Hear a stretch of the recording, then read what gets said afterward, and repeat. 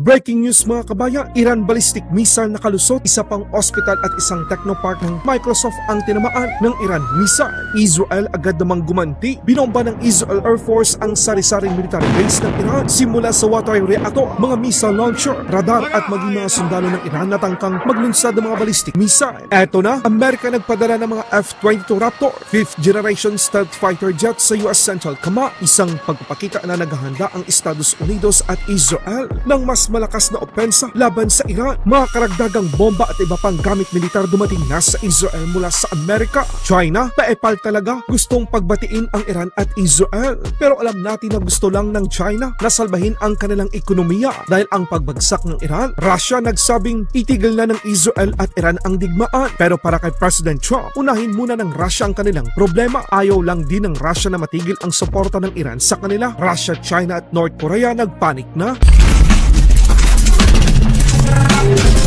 Israel muling tinamaan ng Iran missile. Isa pang ospital sa Israel ang nagtamo ng malaking pinsala matapos tamaan ng missile na inilunsad ng Iran. Hindi lang yan mga kabayan, isa pang technopark housing ng Microsoft Office sa Israel ang tinamaan din ng Iran missile. Makikita ang tindi ng pinsala. Ganito kahalaga ang pagkakaroon ng mga makabagong air defense system ng Israel dahil siguradong mas malala pa dito ang nangyari sa dami ng Iran ballistic missile.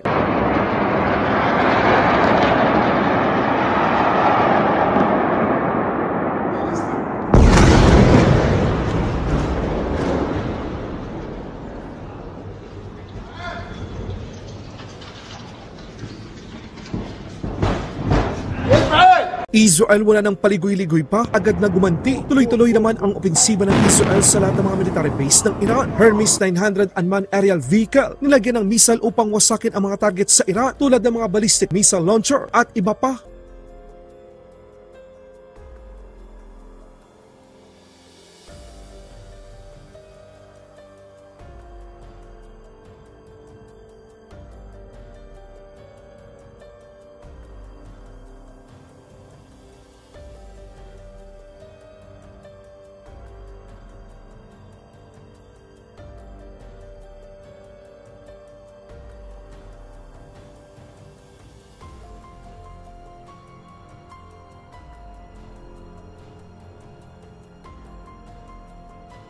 Ipinakita naman ng Israel F-16 ang ginawa nitong pagwasak sa mga attack drone na inilunsad ng Iran. Kitang-kita na gumamit ang Israel F-16 ng air-to-air missile upang pabagsakin ang drone ng Iran.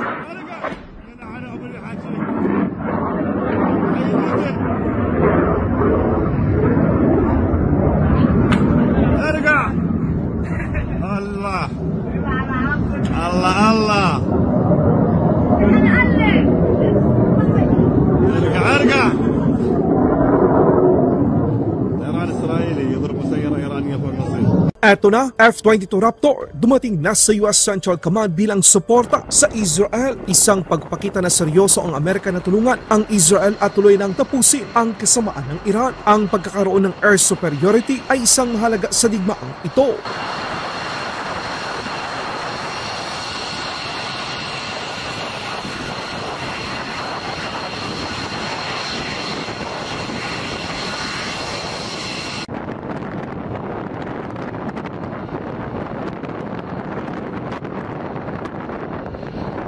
Amerika nagpadala pa ng mga karagdagang military ammunitions at iba pa sa Israel. Ipinakita ng Israel Defense Ministry ang pagdating ng mga dambuhalang eroplano sakay ang mga gamit pandigma mula sa Amerika.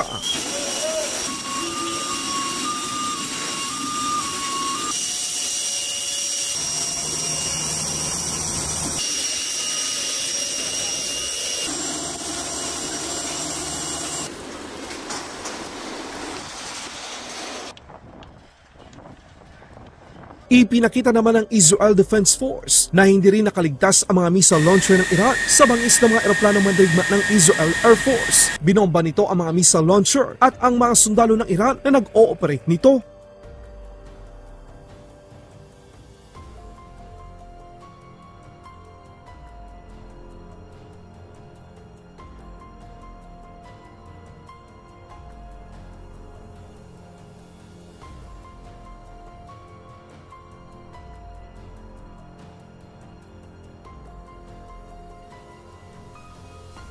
Tuloy-tuloy naman ang pagbomba ng Israel sa iba pang nuclear site ng Iran. Isang water reactor sa Iran, winasak ng Israel.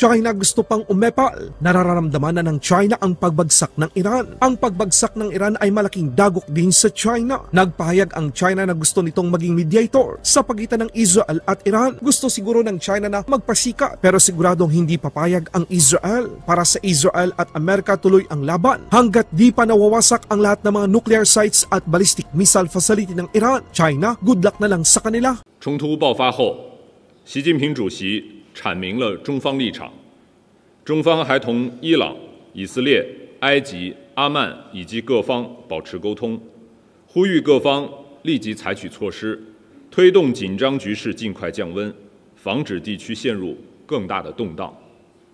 军事冲突不是解决问题之道，地区局势升温不符合国际社会共同利益。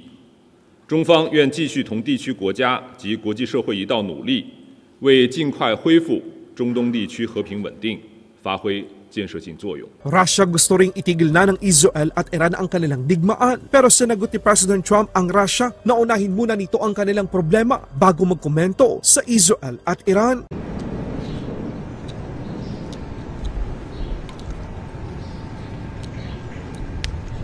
The White House opened about 1800. This is another one, you know, Russia, Ukraine is so stupid. Would have never happened if I was president. You guys agree with that, right? Would have never happened if I was president.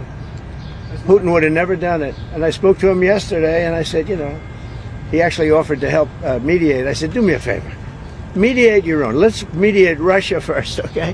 I said, Vladimir, let's mediate Russia first. You can worry about this later.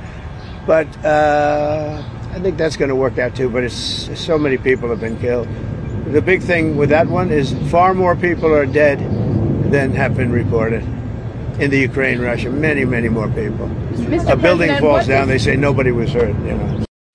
Thank you very much, everybody. Thank you, Prime Minister Netanyahu. Thank you, Press. About getting involved. Laban Pinas.